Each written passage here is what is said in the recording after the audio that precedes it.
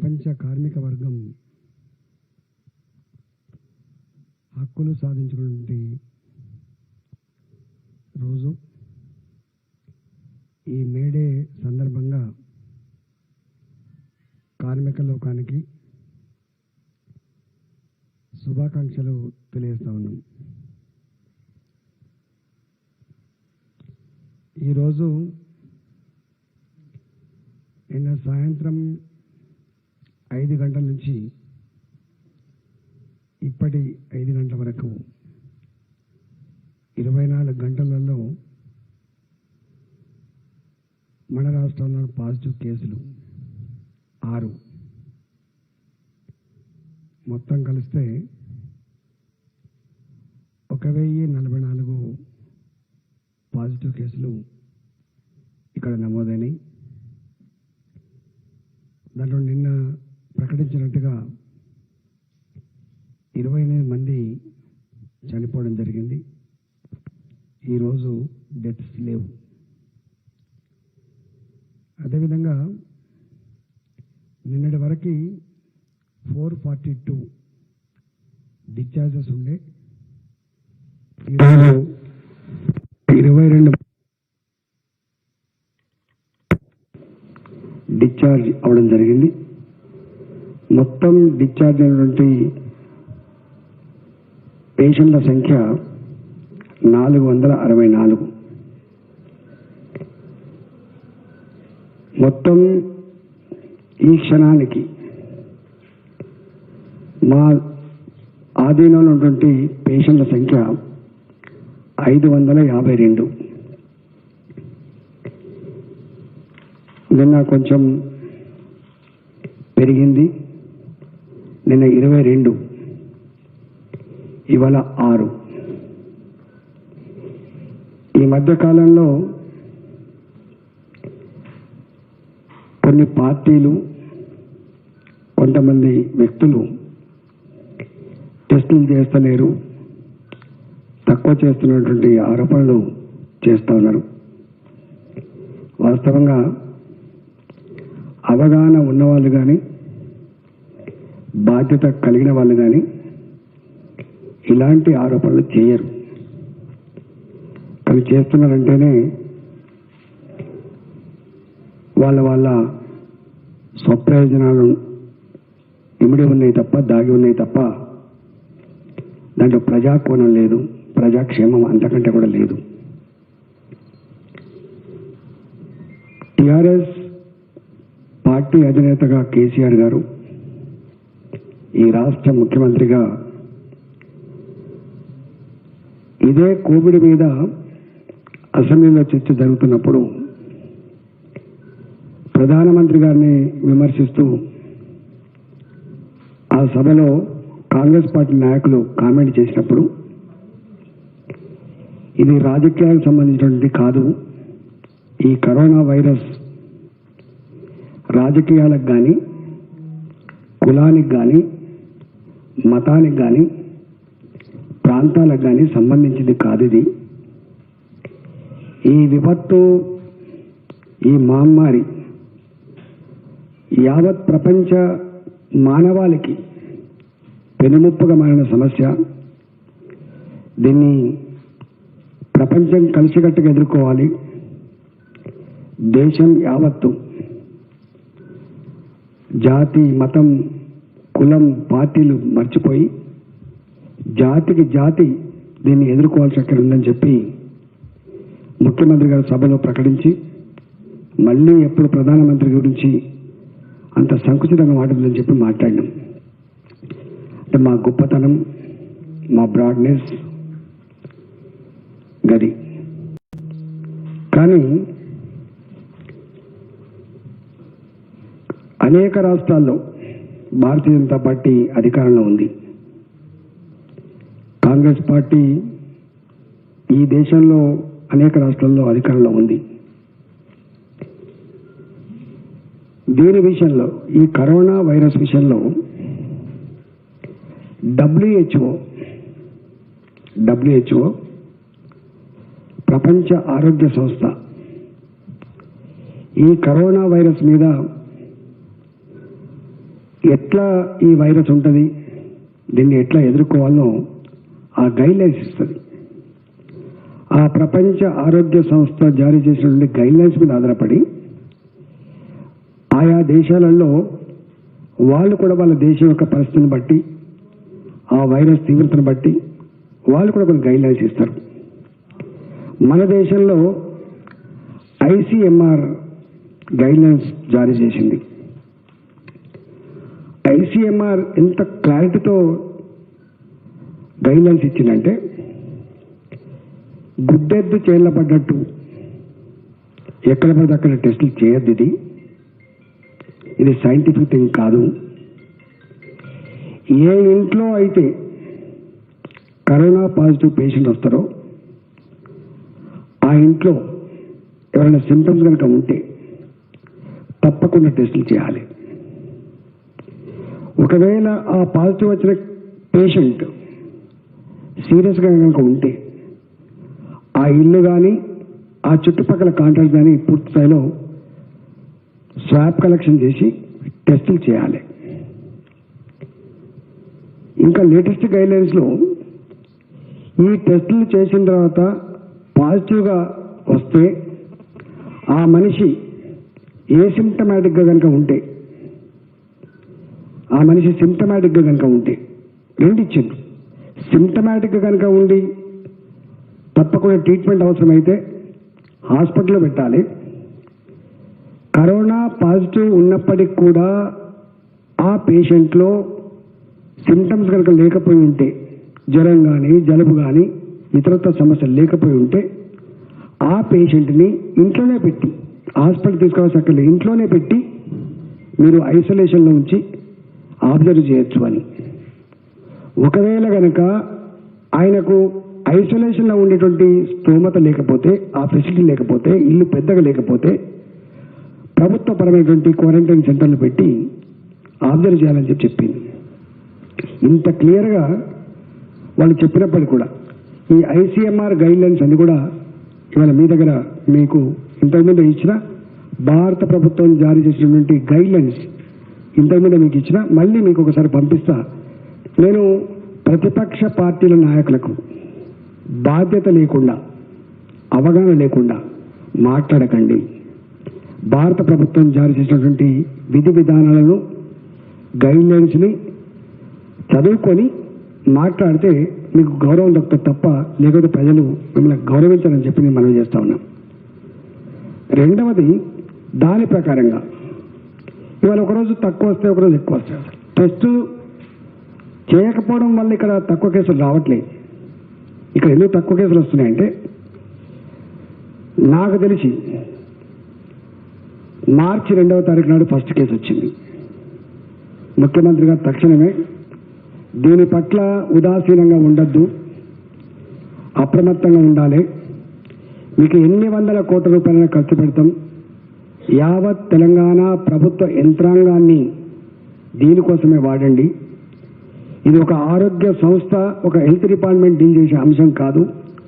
మనం చైనాను చూసిన తర్వాత, ఇతర దేశాలను చూసిన తర్వాత మనకు కొంత బాధ అవుతుంది.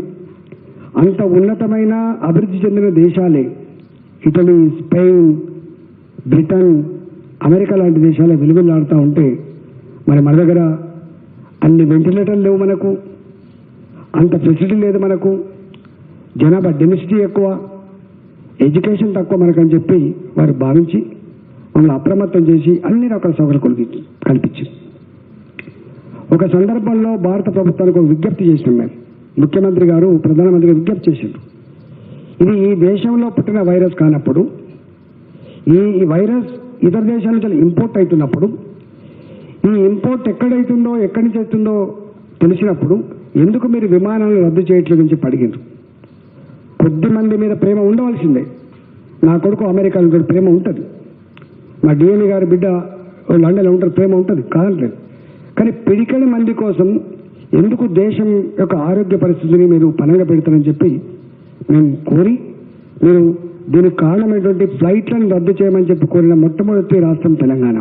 అంటే ఎంత కమిట్మెంట్ ఉందో, ఎంత ముందు చూపు ఉందో మీకు అర్థం కావాలి. సెకండ్ కోరింది, ఇది మ్యాసివ్గా రాష్ట్రాల మధ్య ప్రయాణాలు ప్రజలు ట్రావెల్ అయ్యేది ట్రైన్స్ కాబట్టి దాన్ని కూడా రద్దు చేయమని చెప్పి కోరింది మొట్టమొదటి తెలంగాణ. అంతేకాదు ఒక్కరోజు భారత ప్రభుత్వం కర్ఫ్యూకి పిలిపిస్తే దాన్ని కంటిన్యూ చేసి సంపూర్ణమైన లాక్డౌన్ని తూచా తప్పకుండా అమలు చేసిన రాష్ట్రం తెలంగాణ. అంతేకాదు భారత ప్రభుత్వం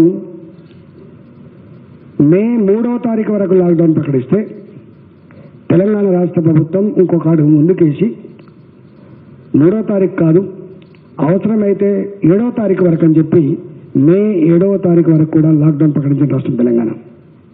అంతేకాదు లాక్డౌన్ పిలిపించి ఇవ్వకుంటే కాదు, ప్రజల సంపూర్ణమైనటువంటి సహకారం లేకుండా, ప్రజలు దీన్ని పూర్తిగా అర్థం చేసుకొని ఆచరించకుండా లాక్డౌన్ ప్రకటించినప్పటికి కూడా మనం కంట్రోల్ చేయలేమని చెప్పి భావించి స్వయంగా ముఖ్యమంత్రి కేసీఆర్ గారే ప్రజలను ఉద్దేశించి ఒక 4-5 ప్రెస్ మీట్ పెట్టడం జరిగింది.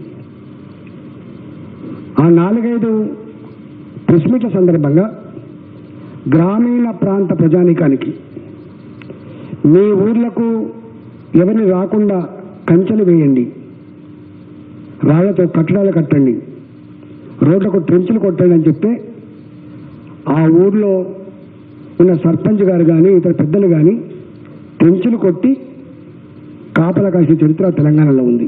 నాకు తెలిసి దేశంలో ఒక ముఖ్యమంత్రి గారు పిలిపిస్తే అంత స్వచ్ఛందంగా ఇది మా కోసమే అని చెప్పి అర్థం చేసుకొని ఆచరించినటువంటి తొలి రాష్ట్రం కూడా తెలంగాణనే. ఈ విషయం చాలా మందికి అర్థం కాదు. నేను అడుగుతా ఉన్నా, ఏ రాష్ట్రంలో అయినా ఒక ముఖ్యమంత్రి పిలిపిస్తే ఇవాళ ట్రెంచులు కొట్టి కంపలు వేసి గోడలు కట్టి స్వయంగా సర్పంచ్లే కట్టబట్టుకొని ఊర్లకు రాకుండా చేసి చరిత్ర ఎక్కడ లేదు. ఎక్కడైనా ఏదైనా బయటికి పోయి దారి తప్పి దొంగతనంగా ఊర్లకు వద్దామంటే కూడా ఊర్లకు రానియలే. నువ్వు 14 రోజుల పాటు ఊరు బయటనే ఉండాలి, నువ్వు బాగా అయిన తర్వాత మాత్రమే రావాలి తప్ప ఊళ్ళకు రావద్దని చెప్పి కోరిండ్రు. గ్రామీణ ప్రాంతాల్లో 100% లాక్డౌన్ని గొప్పగా అమలు చేసినటువంటి ప్రజలు తెలంగాణ ప్రజలు. బ్రహ్మాండంగా నీళ్ళు వచ్చి పంటలు పండుతున్నప్పుడు ఈ పంటలు ఎట్లా సేకరించాలి? మరి లేక తెలంగాణ రాష్ట్ర చరిత్రలో భూమికి బరువైన పంట పండింది, ఈ పంట రైతుల చేతికి రావాలి కదా అని చెప్పి వారు భావించినప్పుడు ప్రజలు పంటను కూడా లెక్క చేయకుండా ఆ కంపలు అట్లే ఉంచిండ్రు, ఆ రాళ్ళ గోడలు అట్లే ఉంచిండ్రు, ఆ కందకాలు అట్లే ఉంచిండ్రు.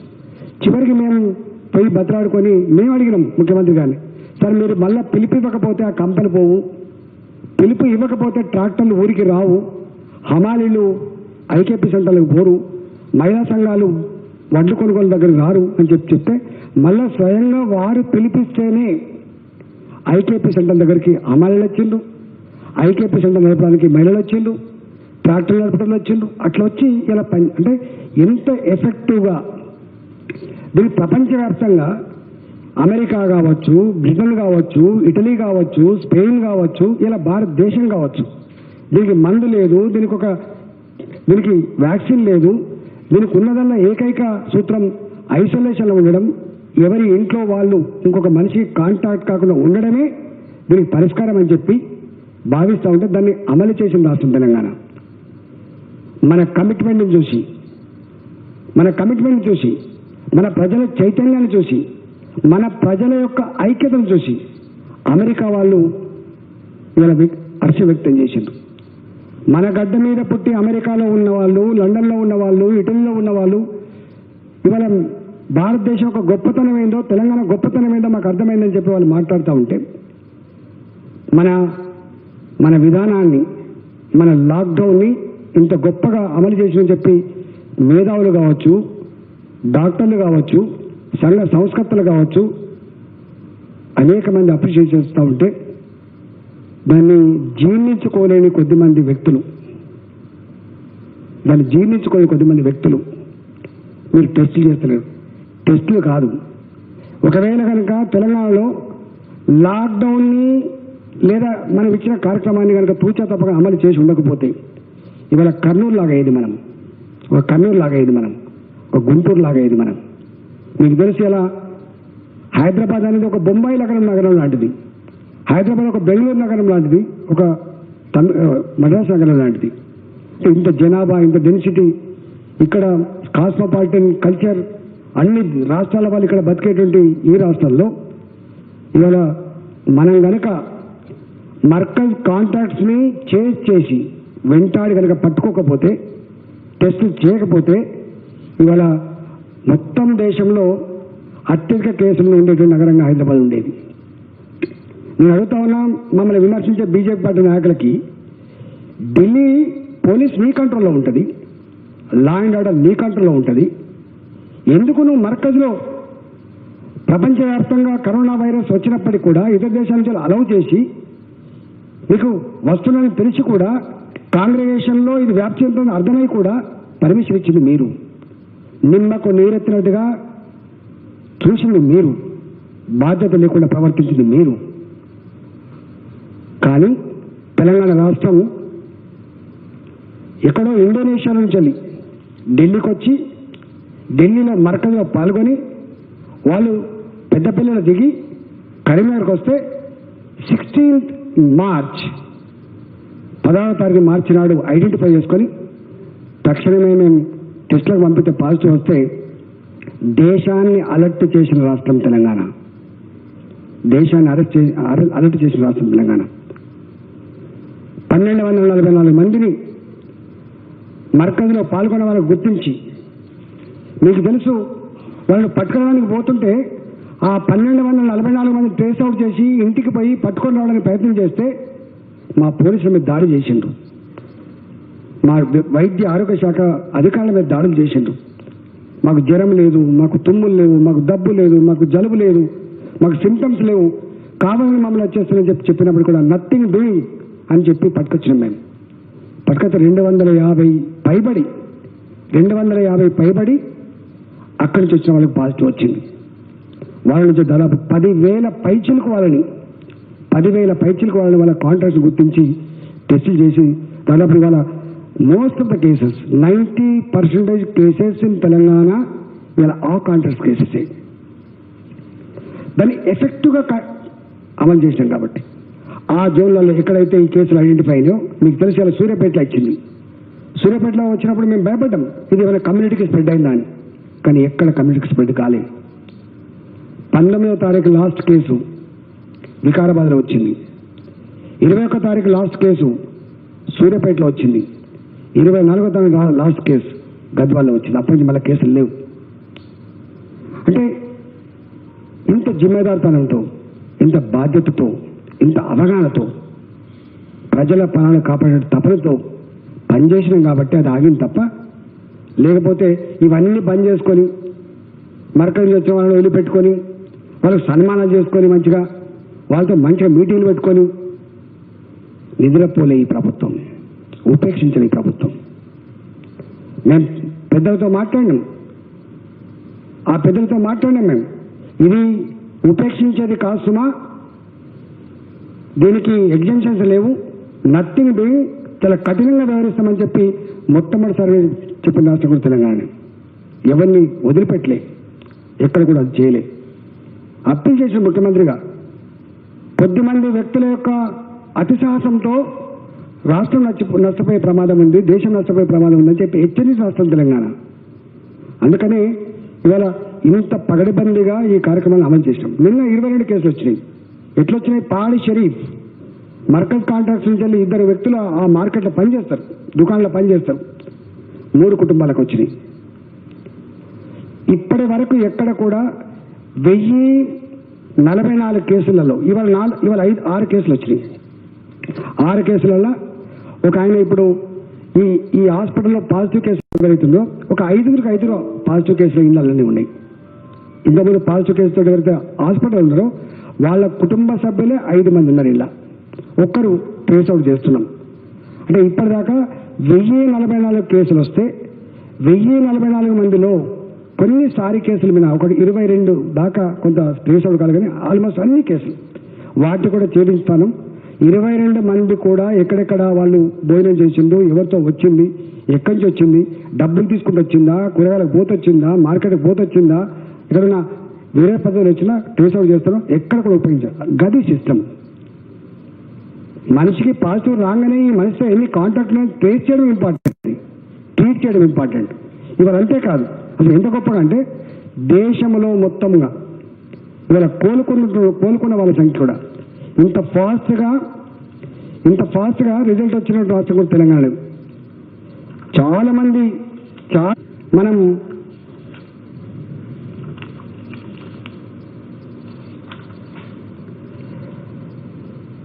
1044 మందిలో మన దగ్గర దాదాపు 47% మంది క్యూర్ అయింది. దేశంలో ఎక్కడ కూడా ఇది జరగలేదు. మన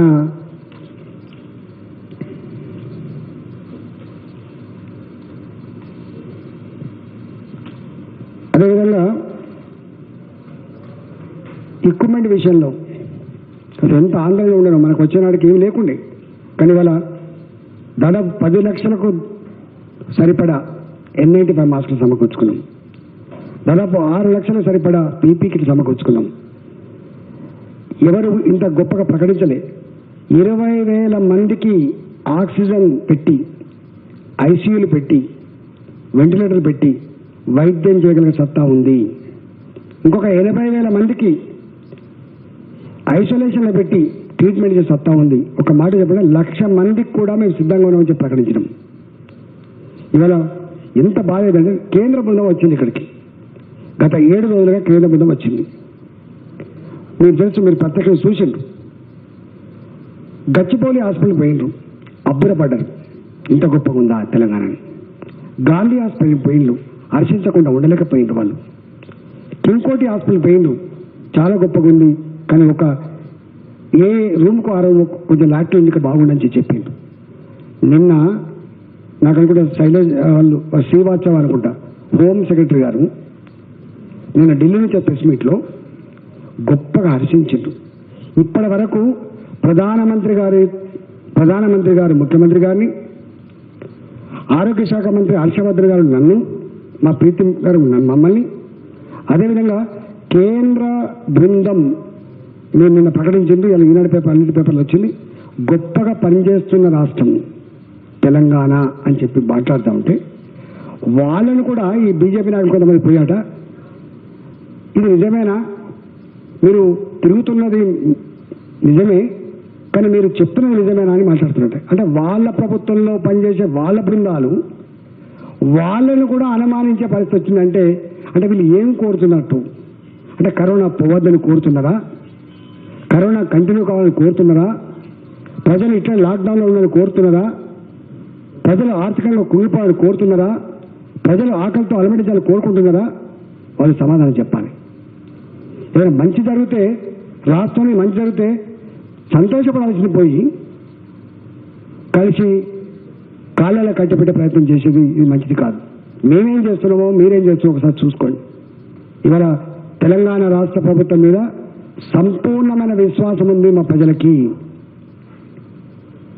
తెలంగాణ రాష్ట్ర ప్రభుత్వం ఏం చేసినా ప్రజల మేలు కోరే చేస్తుంది, మా కోసమే చేస్తుంది అనేటువంటి భావన బలంగా ఉంది. మీరు ఇట్లాంటి ఇక్కడ కూడా రాజకీయాలు చేసి, ఒకరేమో రాజకీయాల కోసం మాట్లాడుతున్నారు, ఒకరేమో మతం కోసం మాట్లాడుతున్నారు. తెలంగాణ రాష్ట్రంలో ఇవి చెల్లవు, చిల్లర రాజకీయాలు చెల్లవు, ఈ అరిగిపోయినా తిరస్కరించబడ్డాయి ఈ మతాలు కూడా చెల్లవు. ఇక్కడ ఈ కరోనాలో ఏ కులం లేదు, ఏ మతం లేదు, ఏ పార్టీ లేదు. ఎంత భయంగా ఉన్నారు, ఎంత బాధతో ఉన్నారు. దాదాపు 15 రోజుల నుంచి వెళ్ళి అన్నీ పోగొట్టుకొని నెలకి 11,000 కోట్ల పైచిలుకు మన రాష్ట్రంలో మన ఆదాయం ఉంటుంది, కానీ 200 కోట్లు కూడా రాలే. 11,000 కోట్ల రూపాయల ఆదాయాన్ని కూడా పక్కకు పెట్టి ప్రజల ప్రాణాలు ముఖ్యం, ఆస్తులు పోతే మళ్ళీ సంపాదించుకోవచ్చు, కానీ ప్రాణం పోతే తిరిగి రాదని చెప్పినటువంటి ముఖ్యమంత్రి కేసీఆర్ గారు ఇవాళ మమ్మల్ని పట్టుకొని ఇట్లాంటి అనుమానాలు ఇవన్నీ వ్యక్తం చేసే ప్రయత్నం చేయొద్దు. నేను మళ్ళీ చెప్తున్నా, 100కు 100% ఈ మరణాలు దాస్తే దాగేటి కావు. ఈ పాజిటివ్ కేసులు దాస్తే దాగేటివి కాదు, దాని మూల్యం చెల్లించాల్సి వస్తుంది. ఇవాళ హైదరాబాద్ ఒక జిహెచ్ఎంసీ పరిధిలో ఇవన్నీ వస్తున్నాయి. జిహెచ్ఎంసీ పరిధిలో నిన్న ముఖ్యమంత్రి గారి ఆదేశాల మేరకి నిన్న మొత్తం కూర్చొని ఈ కంటైన్మెంట్ మరింత పడిబంద చేయాలి. ఎక్కడెక్కడైతే కొంత వైలేట్ చేస్తున్నారో, ఎక్కడెక్కడైతే ప్రభుత్వ ఆదేశాన్ని పట్టించుకోవట్లేదో చాలా విగరస్గా రియాక్ట్ కావాలని చెప్పి నిర్ణయం తీసుకొని చేస్తా ఉన్నాం. నాకు తెలిసి సూర్యాపేటలో ఎట్లయితే స్పెషల్ ఆఫీసర్లు పెట్టి, వికారాబాద్ అదేవిధంగా మహబూబ్ నగర్ జిల్లా గద్వాల్లో ఎట్లయితే పెట్టినామో అదే పద్ధతిలో హైదరాబాద్లో కూడా పెట్టుకొని దీన్ని కూడా త్వరలోనే కంట్రోల్ చేసుకునే విశ్వాసం ఉన్నది. తప్పకుండా ఇవాళ ప్రజలందరూ కూడా నా విజ్ఞప్తి, మనం 7వ తారీఖు వరకు ఇప్పటివరకైతే మనకు అనౌన్స్ చేసినాం కాబట్టి 7వ తారీఖు వరకు పగడబందీగా చేసుకోవాలి. మళ్ళీ 5వ తారీఖు నాడు ముఖ్యమంత్రి గారి ఆధ్వర్యంలో మా క్యాబినెట్ ఉంది కాబట్టి రాష్ట్రంలో ఉన్న పరిస్థితిని అసెస్ చేసుకొని మళ్ళీ నిర్ణయం తీసుకున్నాం కాబట్టి ప్రజలందరూ కూడా తూచా తప్పకుండా పాటించాలని చెప్పి నేను వినమ్రంగా విజ్ఞప్తి చేస్తున్నా. నేను ప్రజలకి విజ్ఞప్తి, ఎక్కడన్నా మీకు ఇప్పుడు అప్పుడప్పుడు కాలం మారినప్పుడు మనకు కొన్ని జబ్బులు వస్తూ ఉంటాయి. అందులో రెస్పిరేటరీ సంబంధించిన జబ్బులు కూడా వస్తాయి. మీకు ఎక్కడ అనుమానం ఉన్నా కూడా తప్పకుండా కింగ్కోటి హాస్పిటల్ రండి. మీరు గాంధీ హాస్పిటల్ పోవద్దు, ఎక్కడికి పోవద్దు.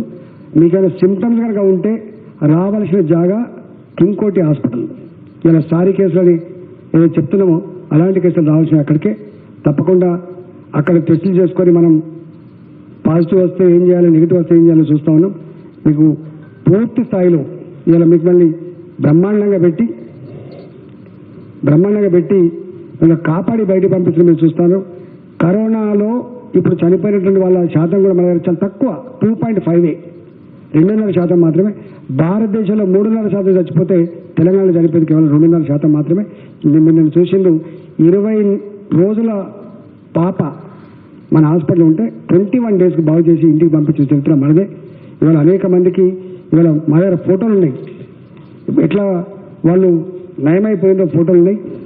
వాళ్ళు వచ్చినప్పుడు ఎట్లా ఉండే, ఎంత దారుణంగా ఉండే, మళ్ళీ పోయేటప్పుడు ఎట్లా ఉండో మా దగ్గర ఫోటోలు కూడా మీకు పంపిస్తాం. కాబట్టి ప్రజలకు నా విజ్ఞప్తి, కరోనా రాగానే ఆందోళన పడకండి, కరోనా రాగానే చచ్చిపోతారని చెప్పే భావన ఉండద్దు. మీరు ఎక్కడ ఏ ప్రైవేట్ హాస్పిటల్ టెస్టుల కోసం పోవచ్చలేదు, కింగ్కోటి హాస్పిటల్ రండి. తప్పకుండా అక్కడ మేము టెస్టులు చేసుకొని మేము మంచిగా చేసి ఇళ్ళకు పంపించే బాధ్యత మాదని. మన హాస్పిటల్లో అన్ని రకాల సౌకర్యాలు ఉన్నంతలో మంచి మెరుగ్గా పెట్టుకుంటాను కాబట్టి మీరు దాన్ని అర్థం చేసుకొని ఆచరించాలని చెప్పి నేను కోరుతా ఉన్నాను.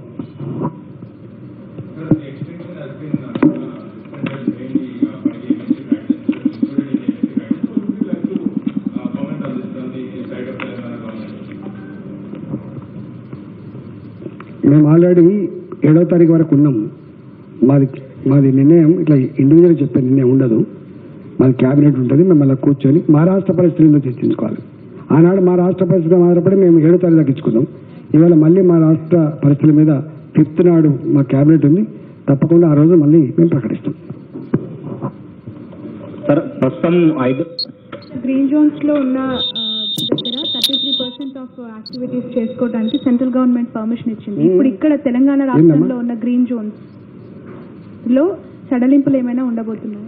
తప్పకుండా గ్రీన్ జోన్ ఏదైతే ఉందో వ్యవసాయానికి సంబంధించినటువంటి గ్రామీణ ప్రాంత ప్రజలు ఇబ్బంది కలగని పద్ధతులలో కొంత వ్యవసాయ పనులకు అనుమతించడం అవి నడుస్తూ ఉన్నాయి. ఎక్కడైతే orange zone and red zones అని ఏవైతే ఉన్నాయో, మా దగ్గర రెడ్ జోన్స్ కూడా ఇప్పుడు కేంద్ర ప్రభుత్వం ఇవ్వాలని ప్రకటించింది. జస్ట్ 6 జిల్లాలు మాత్రమే రెడ్ జోన్ కింద ప్రకటించినట్టున్నది. ఆ 6 జిల్లాల మీద మిగతా ప్రాంతాలు కూడా ఏం చేయాలనేది మా ముఖ్యమంత్రి గారి సమక్షంలో మేము నిర్ణయం తీసుకుంటాం. ట్రాన్స్పోర్ట్ భారత ప్రభుత్వమే కొంత లిబరలైజ్ చేసింది.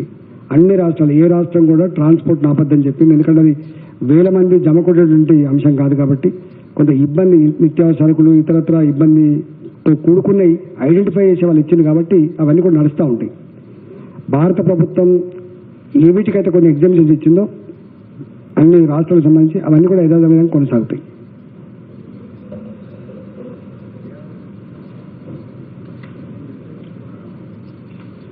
మా దగ్గర కిడ్నీ డయాలసిస్ పేషెంట్ కూడా వస్తుంది పాజిటివ్, మా వాళ్ళు ట్రీట్మెంట్ చేసే పద్ధతి. రెండవది, ఈ ఫోటోలు మీకు ఇవి వచ్చినప్పుడు ఎంత ఇన్ఫెక్షన్ ఉండే మళ్ళీ ఇంటికి పోయినప్పుడు ఎట్లా నెగిటివ్ వచ్చిన తర్వాత ఎట్లా వచ్చింది అనేది మేము డిఫరెంట్ పేషెంట్ దగ్గర తీసుకొని పెట్టుకుంటా ఉన్నాం. ఇవాళ పేషెంట్ కూడా మీరు చూసిండ్రు, మిమ్మల్ని మేము కోరుతున్నా, రిక్వెస్ట్ చేస్తున్నా, ఆ పేషెంట్లు వాళ్ళకి ఎట్లా భోజనం పెట్టినాం, ఎట్లా ట్రీట్మెంట్ ఇచ్చినాం, ఎట్లా భరోసా కల్పించినాం అనేది మీకు ఇస్తున్నారు. వాటిని వేస్తే ప్రజలకి ధైర్యం వస్తుంది. వాళ్ళు చెప్పిస్తే చెప్పేటట్లు కాదు, వాళ్ళు ప్రతి పేషెంట్ కూడా తన అనుభవాన్ని చెప్తా ఉన్నారు. దయచేసి ఇప్పుడున్న పరిస్థితుల్లో మన బాధ్యత కూడా కాబట్టి కొంత ప్రజలు అయ్యో కరోనా మీద భయపడేటువంటి వాతావరణం ఉంది కాబట్టి వాళ్ళు చెప్తే కొంచెం నమ్ముతారు. బయటి వాళ్ళు చెప్పిన దానికంటే కూడా లోపల పోయొచ్చిన వాళ్ళు చెప్తే, ఆ కరోనా వైరస్ సోకిన వాళ్ళు చెప్తే నమ్మే ఆస్కారం ఉంది కాబట్టి వాళ్ళ ఇంటర్వ్యూలను కూడా దయచేసి మీరు వేయమని చెప్పి కోరుతున్నా. యా అంటే మీరు ఒక్క మాట, ఇదే బాధ ఎక్కడంటే మీరు నాకు తెలిసి దేశాల ఫస్ట్ టైం కావచ్చు, ఫస్ట్ స్టేట్ రాంచీ ట్రైన్ పంపించడం. వాటి ఇట్లా ఆర్డర్ ఇచ్చేలో లేదో అంటే ఎంత కన్సర్న్గా చూడండి. వలస కూలీలు అల్లే మేము, ఇతర రాష్ట్రాల నుంచి వచ్చి బతుకుదరకు వచ్చిన వాళ్ళు మేము, వాటిగా బతకొచ్చిన వాళ్ళే మేము. మా అభివృద్ధిలో భాగస్వాములు వాళ్ళు. మా రాష్ట్ర ప్రజల్ని ఎట్లా చూసుకుంటామో వాళ్ళని కూడా అట్లే చూసుకుంటామని చెప్పి మీకు తెలుసు. 500 రూపాయల మనిషికి బియ్యం ఇచ్చి ఆదుకున్న రాష్ట్రం. వాళ్ళు ఎందుకో సెంటిమెంట్గా ఫీల్ అయ్యిండు. ఎప్పుడు ఇన్ని రోజులు లాక్డౌన్ తర్వాత చాలామంది ఏమొచ్చిందంటే, అమ్మ ఏమైతే అని ఒక భయంలో ఉండి మా ఊరికి పోవాలి, మేము మా కన్న వాళ్ళని చూసుకోవాలి అనేటువంటి ఫీలింగ్ వచ్చింది వాళ్ళకి. మనం పగ్గాలు పెట్టి కట్టేసినా ఉండట్లేదు, ఎందుకంటే మనం దాన్ని ఒప్పుకోవాలి మనం. అందుకని వాళ్ళ యొక్క మనోభావాలను గుర్తించి, వాళ్ళ యొక్క సెంటిమెంట్ని గుర్తించి మనం కేంద్ర ప్రభుత్వాన్ని విజ్ఞప్తి చేసినాం. ఈ వలస కార్మికులు అనేది మీరు అంటుండ్రో, వలస కూలీలు అని చెప్పేది అంటుండ్రో, ఈ సమస్య పరిష్కారం కావాలి అని కోరిన వ్యక్తి ముఖ్యమంత్రి గారు. అనగానే వారు మొన్న పర్మిషన్ ఇచ్చిన రోజే ట్రైన్ పంపించిన ఫస్ట్ రాంచీకి.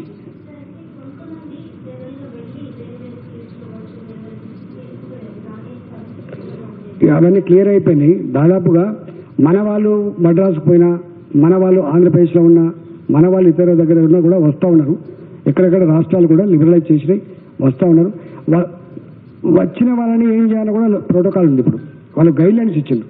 కేంద్ర ప్రభుత్వం ఐసీఎంఆర్ ఏం చేసిందంటే, ఆంధ్రప్రదేశ్ నుంచి వస్తున్నారు, ఆంధ్రప్రదేశ్లో బాగా సీరియస్గా కేసులు ఉన్నాయి, వాళ్ళని ఎక్కడైనా పెట్టి క్వారంటైన్లో పెట్టుకొని అబ్జర్వేషన్లు పెట్టుకోవాలి. ఇంతకుముందు ఇతర దేశాల నుంచి వచ్చినప్పుడు మనం ఎట్లయితే ఎయిర్పోర్ట్లలో స్క్రీనింగ్ చేసుకొని వాళ్ళు క్వారంటైన్కి పంపుకున్నామో, కేసు పాజిటివ్ వస్తే మనం హాస్పిటల్ పెట్టుకున్నామో, సేమ్ ఇతర రాష్ట్రాల నుంచి వచ్చే వాళ్ళని కూడా మన రాష్ట్రంలో రిసీవ్ చేసుకొని వాళ్ళకి సింటమ్స్ ఉన్నాయో చూసి వాళ్ళని క్వారంటైన్లో పెట్టుకుంటాం. వాళ్ళకి ఏమైనా మంచి ఇంటి సౌకర్యం ఉంది, వాళ్ళ ఇళ్లలో పెడతాం క్వారంటైన్. వాళ్ళకి ఇళ్ల సౌకర్యం లేదు, పెద్ద కుటుంబాలు, చిన్న ఇళ్ళు ఉన్నాయి, మా క్వారంటైన్ సెంటర్ పెడతాం. మనకి ఇప్పటికే కొన్ని వందల సెంటర్లలో మనం చూసుకొని పెట్టుకున్నాం కదా, మీకు తెలుసు. అనేక రకాల హోటళ్ళు పెట్టుకున్నాం, అనేక రకాల సెంటర్లు కూడా పెట్టుకున్నాం కాబట్టి అట్లాంటి వాటిలో పెట్టుకుంటాం మనం.